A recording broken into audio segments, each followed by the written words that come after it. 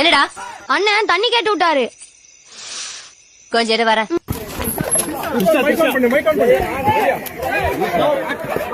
அவருக்கு நீங்க என்ன வேணும்? அவருக்கு நான் உயிர் நண்பர் சார். அவர் இல்லாம நான் இல்ல, நான் இல்லாம அவர் இல்ல. ஐயோ ஐயோ போனவே வருவானான்னு கண்ணு ரெண்டு தேடுது, வாங்கின பூவோ வாடுது, கண்ணு ரெண்டு சொருகுது, காது ரெண்டு அரைக்குது, கை ரெண்டு கதறி ஆடுது, கால் ரெண்டு கரகாட்ட ஆடுது. ஆனா இதுல இருந்து இந்த இது திருப்பி என்ன சொல்ல வருதுன்னா, எல்லாரும் கேட்டுக்கங்க. ஆமா, நான் அவளை வச்சிருக்கேன். காவிரியா திரிஷாவா யாரு முக்கியம் காவிரிய தள்ளி விடு, திரிஷாவ கையில் எடு, பிரச்சனைய மறந்துடுவான் மக்கள். இவங்க இப்படித்தான் தீக்குறாங்க சிக்கல். என்ன ஏண்டா அடிக்கிற? இங்க அடிச்சாதாண்டா அங்க வலிக்கும். முதல்ல மேகதாது பிரச்சனையில இருந்து என்னுடைய உரையை நான் துவங்குகின்றேன். என்ன பண்ண போறானோ அப்படி ஐயனாரே குலதெய்வமே, உன் பிள்ளைய கூடயே இருக்கு அப்பா துப்ப.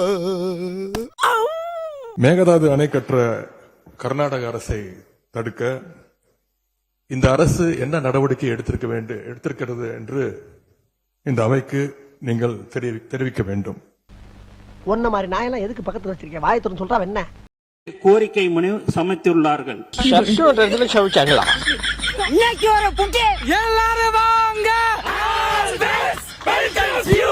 மாண்புமிகு இந்திய பிரதமர் அவர்களை நேரில் சந்தித்து மேகதாது அணை விவகாரம் குறித்த தமிழ்நாட்டின் நியாயமான கவலைகளை குறிப்பிட்டு கோரிக்கை மனு சமைத்துள்ளார்கள்.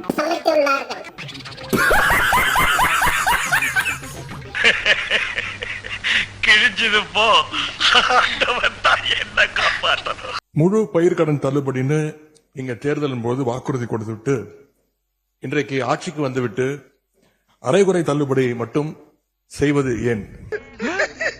என்ன கண்ணெல்லாம் கலங்கி இருக்கு.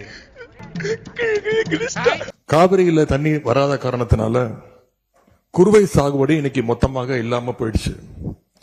இதற்கு தகுந்த நிவாரண தொகையை எப்பொழுது இந்த அரசு விவசாயிகளுக்கு கொடுக்க போகின்றது? உதவிக்கெல்லாம் விளையாடுறதுக்கு வாய்ப்பு கிடைச்சிருக்கிறா சௌரி, பின்னி பெடலரா. அந்த நிவாரண தொகுப்பு பற்றி எதிர்கட்சியிலேருந்து கேட்டிருந்தாங்க. அந்த குறுவை சாகுபடிக்கு அந்த நிவாரணம் ஏற்கனவே கொடுத்தாச்சு, வழங்கியாச்சு. இது அரசியலே நாங்கள் தான் அப்படின்னு சொல்லிக்கிறவங்களுக்கு இது எப்படி தெரியாமல் போச்சுன்னு எனக்கு தெரியல. முன்ன பின்ன பேப்பர் படிச்சிருந்தா நாட்டில் என்ன நடக்குதுன்னு தெரிஞ்சிருக்கும். மூஞ்செல்லாம் கடற கீரி புள்ள மாதிரி பேக்ல போ. ஸ்பெஷல் பேக்கேஜ்னா நீங்க கொடுத்தது 134 கோடி கொடுத்தீங்க. அது அனைத்து அரசுலயும் கொடுக்கறக்கூடிய ஸ்பெஷல் பேக்கேஜ் தான். இப்ப வறட்சி நிவாரண நிதி அவங்க கேட்கறாங்க. இது ரெண்டுத்துக்கும் வித்தியாசம் தெரிஞ்சுக்க வேண்டும். இது வெறும் டெய்லி காலைல பேப்பர் படிச்சா மட்டும் பத்தாது. அங்க அனைத்து கட்சி கூட்டத்தை கூட்டி அனைத்து விவசாயிகளோடையும் போய் கலந்து பேசி அவங்களுடைய கோரிக்கைகள் என்னன்னு நீங்க தயவு செய்து கேட்டுக்கொள்ள வேண்டும். யாரும் பார்க்கல.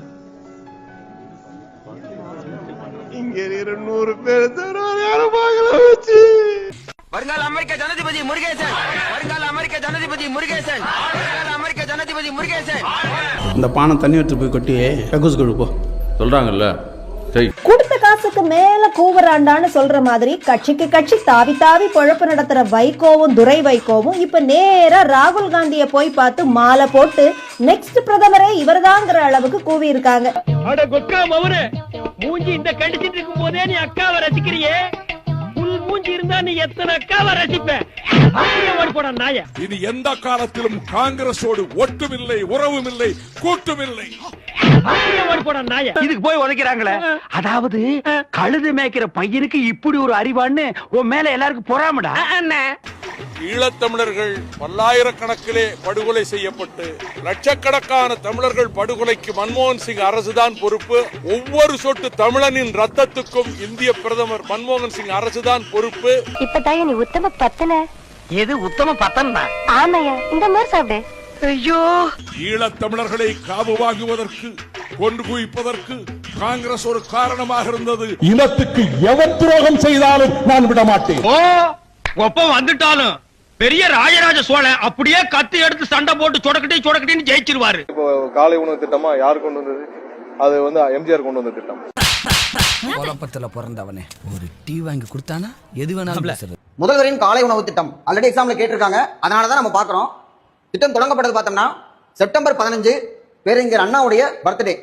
அந்த தேதியில 2022 தொடங்கப்பட்டது. 2022 தொடங்கப்பட்டது. தூத்துக்குள்ள ஒரு அமைச்சிருக்காவல, அந்த வேட்டக்காரன் படத்துல பைத்தியக்கார கணக்கு நடிச்சிருப்பாவல, அவரு கோவில்பட்டியில ஒரு ப்ரோக்ராம் அங்கிட்டு இருந்து செய்தியாளர்லாம் மைக் கொண்டு போய் நீட்டி தூத்துக்குடியில கப்பல் கட்டு மையத்தை எடுத்து மக்கள் போராடி இருக்காவா, அதை பத்தி என்ன பதில் சொல்றீங்கன்னு கேட்டதுக்கு அதை தூத்துக்குடியில வந்து கேளு அப்படின்னு சொல்லிட்டு போறாங்க. கோவில்பட்டியா தூத்துக்குடியில தான் இருக்கு.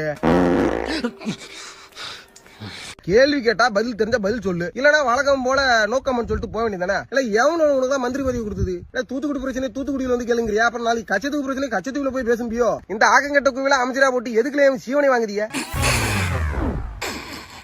சட்டப்படி இந்த பிரச்சனையை அணுகிறதுல நாம உறுதியா இருக்கிறோம், அதில் மாற்றமே இல்லை. இருந்தாலும் ஒரு அட்டெம்ப்ட் எடுத்து பார்க்கலாம்னு தோணுனது தான் அந்த பெங்களூர் விசிட். அப்படி ஒரு விசிட் பற்றி ஃபர்ஸ்ட்டு யோசிச்சு கேட்டதும் நான் தான். நாம போக நினைச்சதுக்கு காரணம் ஒருவேளை இந்த பிரச்சனை தீர்க்கறதுக்கான ஒரு பாசிட்டிவ் சைன் கிடைச்சா நல்லா இருக்குமேன்னு ஒரு எண்ணத்துல தான். கேக்குறாருல சொல்லுப்பா, என்னைய கேக்குறதுக்கு அவன லூசு பயலா.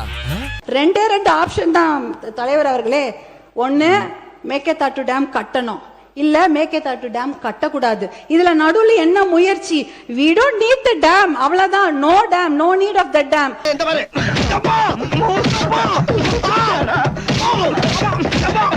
தமிழ்நாட்டில் உள்ள அனைத்து பெண்களுக்கும் அண்ணனாகவும் தம்பியாகவும் இருந்து அவர்களுக்கு எப்போதும் துணை நிற்பவர் தான் நமது மாண்புமிகு முதலமைச்சர் அவர்கள்.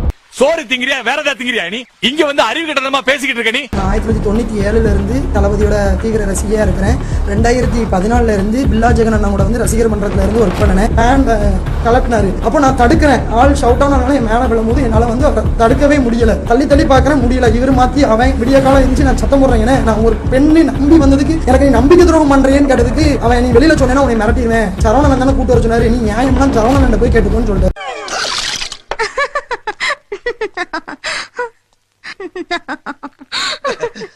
எதிர்க்கட்சி தலைவர் அவர்கள் வந்து பெண்களை கண்ணிய குறைவாக பேசிட்டாரா? அட மானங்கிட்டவங்களா. உங்களுடைய தலைவருடைய மனைவி திருமதி சங்கீதா அவர்கள், அவங்க கிட்டத்தட்ட 25 வருஷமா உங்க தலைவரோட குடும்பம் நடத்தி 2 குழந்தைகளை பெத்தவங்க. கட்டின மனைவி மேல இவ்வளோ தாக்குதல்கள் நடத்தி இருக்கிறாங்க அவங்க கட்சிக்காரங்களே. அதை பத்தி கேட்க திராணி இல்ல, தெம்பு இல்ல. ஆஹா சூனா போனா ஒவ்வொருத்தர் இருக்க வேகத்தை பார்த்தோம்னா அவன் அருமை வறுமைக்கு ஆபத்து வந்துடும் போல் இருக்கடா. ஒருவேளை திமுக ஆட்சி வந்ததுன்னா அவங்க சொன்ன மாதிரி 2000 முதல் போடும்.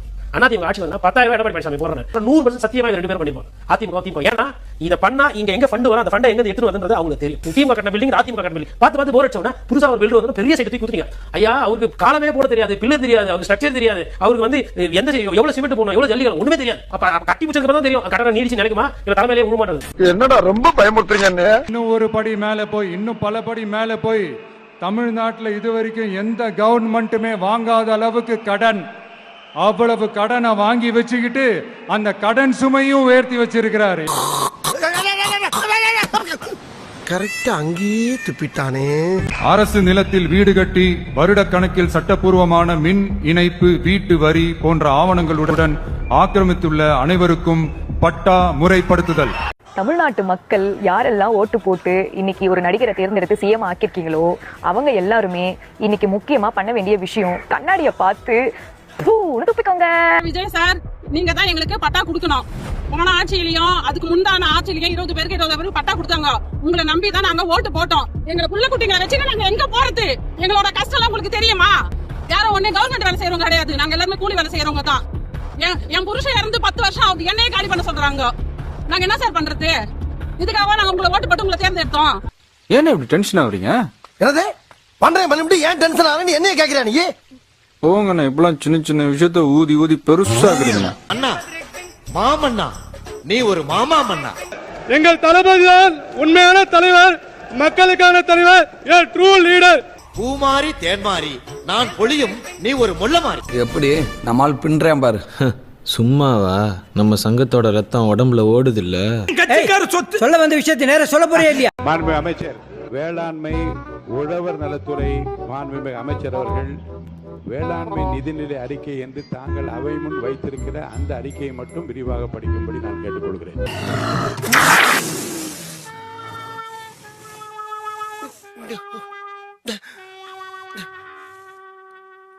இன்னைக்கு சட்டமன்றத்துல நடந்ததுக்கும் இப்ப பார்க்க போற அந்த வீடியோக்கும் நிறைய சம்பந்தங்கள் இருக்கு. ஒரு எதிர்க்கட்சி தலைவர் வந்து நம்மளை கேள்வி கேட்கிறாருன்னா இந்த மாதிரி பட்டுன்னு பதில் சொல்லணும். அதை விட்டுவிட்டு வீட்டுக்கு போயிட்டு 7 மணி நேரம் கழிச்சு சுட்டு போடக்கூடாது. யாரு இவன் கூட்டத்தை பொழந்துகிட்டு வர்றான்? ரைட்டு, சைத்தான் சைக்கிள்ல வருது. திராவிட முன்னேற்ற கழகம் மற்றும் கூட்டணி கட்சி சேர்ந்தவர் 38 நாடாளுமன்ற நாடாளுமன்றத்தில் இருக்கின்றார். ஏன் இந்த காவிரி பிரச்சனையை எழுப்ப? காவேரி பிரச்சனை பற்றி நாடாளுமன்றத்தில் திமுக அவர்கள் பேசவில்லை என்பதை இங்க எதிர்க்கட்சி தலைவர் சொல்லுகிறார். நாம் பேசியதை நிரூபிக்கவா? பேசியிருப்பதை நிரூபிக்கவா? இல்லாத பொருளாதாரம் சொல்லக்கூடாது. ஆதாரம் இருந்தா சொல்லுங்க.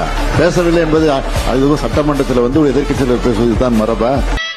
என்ன இப்படி ட்விஸ்ட் ஆகி போச்சு? இப்போ நான் கொடுக்குறேன்டா ட்விஸ்ட். கொஞ்சம் லூஸ் விடுங்கப்பா. ஏன் நீங்க வெறும் பேசிட்டா போதுமா? ஏன் உங்களுக்கு 38 பேர் இருக்கீங்க? அவை ஒத்திவைக்கலாம்ல? அந்த துணிச்சல் உங்களிடத்துல காணல. துணிச்சலை பற்றி எதிர்க்கட்சி தலைவர் எங்களுக்கு சொல்ல வேண்டிய அவசியம் இல்ல. நீ கேட்டது கரெக்டான கேள்வி. நாங்களும் மக்கள் தேர்ந்தெடுக்கப்பட்ட பிரதிநிதிகள். விவசாயியுடைய குறைகளை பேசுவதற்கு ஒவ்வொருவருக்கும் உரிமை உண்டு. இதுவரையில் பேசியது நான் ஏதாவது குறுக்கிட்டு என்ன ஏன் இப்படி பேசுன்னு கேட்டேன்னா அதானே போடுங்க 2. தவறான தகவலை சொல்லுவதுதான் தவறு என்று நான் மறுக்கிறேனே தவிர வேற ஒன்றும் இல்ல. அதாவது ஒரு எதிர்க்கட்சி தலைவர் வந்து நம்மளை கேள்வி கேட்கிறாருன்னா இந்த மாதிரி பட்டுன்னு பதில் சொல்லணும். அதுதான் ஒரு ஆளுங்கட்சியினுடைய அரசியல். அதை விட்டுவிட்டு வீட்டுக்கு போயிட்டு 7 மணி நேரம் கழிச்சு சுட்டு போடக்கூடாது. உன்னை அசிங்கப்படுத்தினதுக்கு 6 நாள் அரசாங்க லீவே உள்ளாம் போல. அவ்வளவு பெரிய அகாடா நீ. இந்த வீடியோ உங்களுக்கு பிடிச்சிருந்தா கண்டிப்பா லைக் பண்ண மறக்காதீங்க. அப்படியே உங்க நண்பர்களுக்கும் ஷேர் பண்ணுங்க. நீங்க பண்ற ஒவ்வொரு லைக்கும் தான் இந்த வீடியோவை மற்ற நண்பர்களுக்கும் கொண்டு போய் சேர்க்கும். மறக்காம சப்ஸ்கிரைப் பண்ணுங்க. உங்க கருத்துக்களையும் கமெண்ட் பாக்ஸ்ல பதிவு பண்ணுங்க.